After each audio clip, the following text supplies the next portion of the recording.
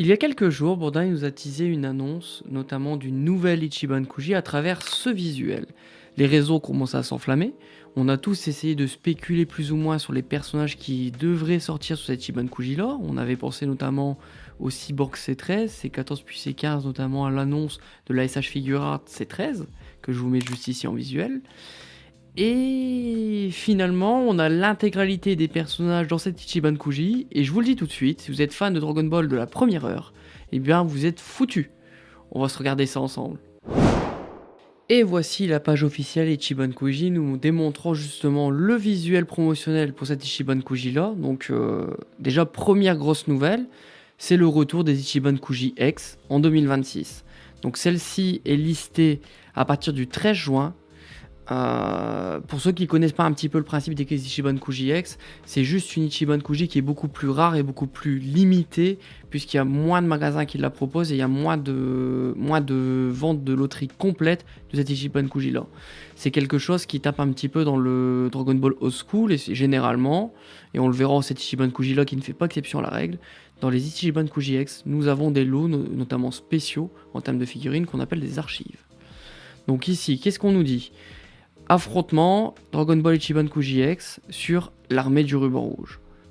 Donc le premier lot, Sangoku Master Lies, 13 cm et demi. Alors je sais pas ce que vous en pensez. Je vais essayer de vous mettre juste un petit peu à gauche l'image de comparaison du manga que j'ai en tête. Et je la trouve sublime. De mémoire, dans ce type de personnage là de Sangoku, dans cette tenue là en tout cas, on avait eu une soft vinyle qui commence bien à dater mais qui est toujours aussi belle. Par contre, que ce soit les joues potelées, le regard, l'expression, le bâton dans les mains, wow, je trouve ça incroyable. J'ai un peu peur de comment elle va tenir au niveau du socle, puisque Sangoku est sur une seule jambe, donc j'imagine qu'on aura un socle obligatoire. C'est une petite figurine, 13 cm et demi. J'ai vraiment peur du socle. J'attends de voir un petit peu le final, mais j'ai l'impression qu'on est sur un très beau produit. On a des nuances dégradées un petit peu sur la sorte de veste, à droite et à gauche. Même chose au niveau du chapeau, du petit képi. La queue, on n'a pas trop de détails, c'est très ombragé. Non, j'aime beaucoup le rendu global. Franchement, ça commence très fort. Deuxième lot. Je deviens fou, elle est trop belle. Donc Murasaki, Ninja Murasaki, je la trouve sublime. Alors on a vraiment le trait des années 90 des joues potelées qui est extrêmement impressionnant cette figurine là. Je veux parler des joues creusées, vraiment l'expression, c'est vraiment, je vois la case. La main a l'air bien faite également. On a justement ces vêtements amples qu'on avait, cette impression, le manga vraiment très très volumineux, et on le retrouve ici. Je trouve ça super propre. La tenue, on a l'impression de voir des dégradés à droite et à gauche. Le sorte de filet, donc j'espère que c'est pas... que c'est vraiment du tissu imprimé et mis au-dessus, et pas juste entre guillemets un trait de peinture, puisqu'on a l'habitude avec Bandai, il nous arrive d'avoir des défauts de peinture, et c'est ça serait pas très juste cette figurine là. Il y a un effet chromé sur l'épée de Murasaki. Je trouve ça vraiment très très classe. Et alors, je crois qu'après cette vidéo là, je vais aller me remater 2-3 épisodes de Dragon Ball à l'ancienne. Ça fait un bon gros moment que j'ai pas regardé ça, mais c'est... Faut acheter, qu'est-ce que vous voulez que je vous dise? Je suis sous le charme, je la veux, elle finit à la maison. Alors, troisième figurine, General Blue. Alors là, je vous regarde et je vous montre mon niveau de high comparé à avant. Je suis toujours là, la hype est un peu descendue. Plus sérieusement, General Blue, je suis mitigé. Et je trouve que la proposition est très classe. Quand on parle de l'armée du ruban rouge, c'est l'une des figures essentielles qui remonte dans mon esprit en tout cas. On a un design très années 90, donc là je vois éventuellement une jointure déjà au niveau de l'oreille et du cou. Même chose au niveau de l'épaule. Ce qu'il faut savoir, et puis là je vous mets la case manga, ce qu'il faut savoir c'est que une représentation d'Akira Toriyama en 2D est parfois très difficile à venir tirer en 3D. C'est ce qui arrive un peu ici. Si on voit un petit peu rien que la position du torse est déjà bien différente et bien travaillée du côté de Bandai par rapport à l'illustration d'Akira Toriyama qui n'est peut-être pas facilement représentable en figurine. Cependant, j'ai pas l'impression que c'est ça qui me gêne, puisque la figurine au global est belle, le visage est très ressemblant. Je le vois au niveau des cheveux, c'est quand même bon. Et après, il faudra voir le rendu définitif, mais je pense qu'il y a quelques mèches de cheveux par-ci par-là pour éviter un effet pâté. Le regard et l'expression, c'est vraiment ça. On a vraiment le général Blue, un but de sa personne, hein. Les mains sont bien taillées également. J'ai pas l'impression qu'il y a un problème de volume. Au niveau du sculpte, on est très bien. Mais moi, ça me hype pas. J'ai l'impression que pour ce personnage-là, j'aurais vu peut-être la tenue du ruban rouge. Justement, je le vois avec son uniforme, la petite casquette, le petit képi au-dessus. Je sais pas. Et j'ai du mal à me remémorer cette scène. Je crois qu'il était contre Krillin à ce moment-là. L'expression, je la revois, mais cette position... Et pourtant, c'est quelque chose de très connu. Mais c'est pas un lot qui m'aille plus que ça. Donc on est sur 21 cm Masterlize, c'est vrai que pour un Murasaki, on est sur du 25 cm Masterlize également. Très très cool. L'OD. Donc l'OD, un petit peu impressionnant, puisqu'on n'a pas de gamme annoncée. Et c'est une figurine qui ressemble un petit peu, dans les nouvelles gammes, à du Masterlive. On est sur une figurine diorama, 16 cm annoncée. On a une case du manga qui a été repris, notamment le vaisseau, avec Sangoku faisant un Kamehameha pour se propulser en dehors de l'eau, en dehors de la grotte de mémoire.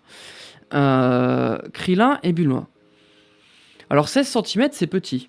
Si on enlève le vaisseau, ça fait que les figurines de Goku, Krillin et Bulma sont peut-être sous un format à peu près WCF.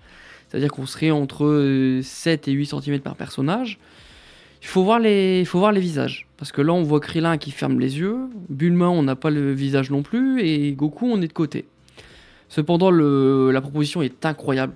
C'est très très cool d'avoir ce genre d'item là, qui me fait beaucoup penser au Revival Moment finalement. C'est-à-dire qu'on prend une case d'Akira Toriyama dans le manga, on la retranscrit en figurine et ça fait quelque chose de sympathique. J'aime beaucoup. J'aime un peu moins les effets entre guillemets d'eau, même s'ils ont fait un effet entre guillemets de vitesse. Le socle me dérange beaucoup. Même si, je sais pas si on le voit très bien, mais en dessous du vaisseau, ils ont aussi fait un effet de vitesse de l'eau, comme si le sous-marin partait à toute vitesse. À voir le rendu. Mais c'est pas un lot qui m'intéresse plus que ça, mais c'est génial de l'avoir proposé. On arrive maintenant sur les archives.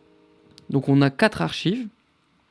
Donc je les trouve très sympathiques. De toute façon, les archives, pour moi, ce sont un petit peu la nouvelle génération des WCF, sauf qu'elles ont un petit charme et un petit côté, je vais pas dire entre guillemets sympathique, mais c'est presque ça, parce qu'on a quand même les petites écritures, les petites choses. Je vois notamment Tao Pai Pai avec la sorte de grenade qui augmente, et puis l'expression justement de surprise du personnage. Et c'est ce genre de moments cultes là qu'on n'aura pas forcément en grosse figurine, mais en petite figurine sous format archive. Bah, ça rajoute du cachet, ça rajoute du charme.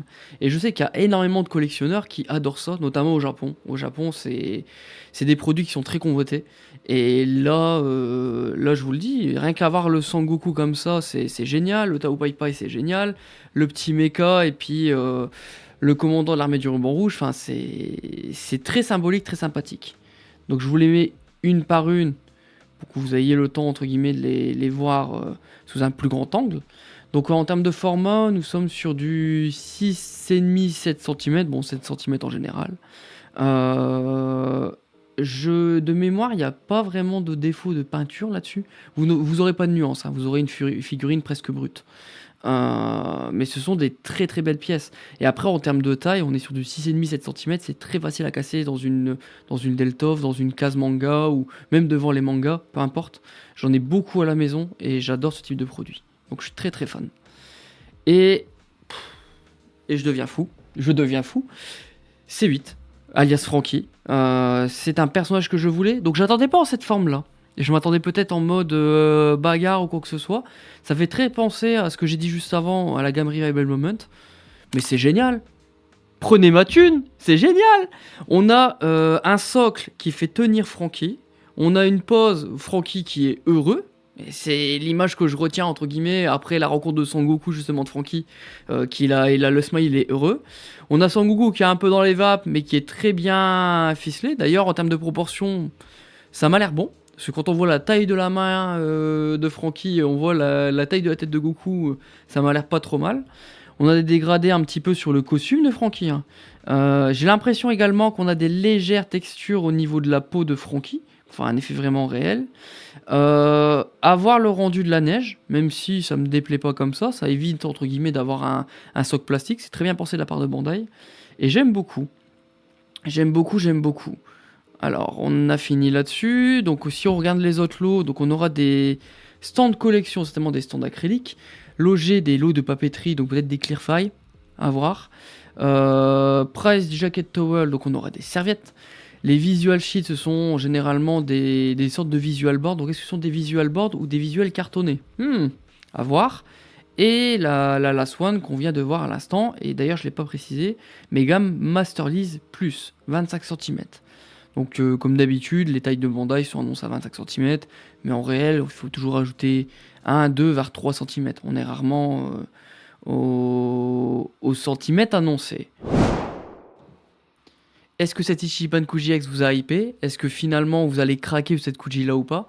Est-ce qu'il y a des produits qui vous mettent le feu à la tête? Notamment, moi de mon côté, que ce soit Murasaki ou même ces 8 Franky avec Sangoku, ce sont des produits vraiment dingues. Franchement, je suis trop content. J'aurais émis une hypothèse, je pensais qu'on aurait peut-être eu le Colonel Black, peut-être en version mecha. J'aurais peut-être un petit peu, mais en tout cas, je vous mets une image de ce que j'aurais vu. J'aurais adoré cette proposition, mais en tout cas, Bandai va taper très fort. Donc n'hésitez pas à me faire savoir dans les commentaires les produits qui vous intéressent ou non d'ailleurs, et vos commentaires. Et puis on se revoit très bientôt pour une prochaine vidéo. Allez, salut, ciao ciao!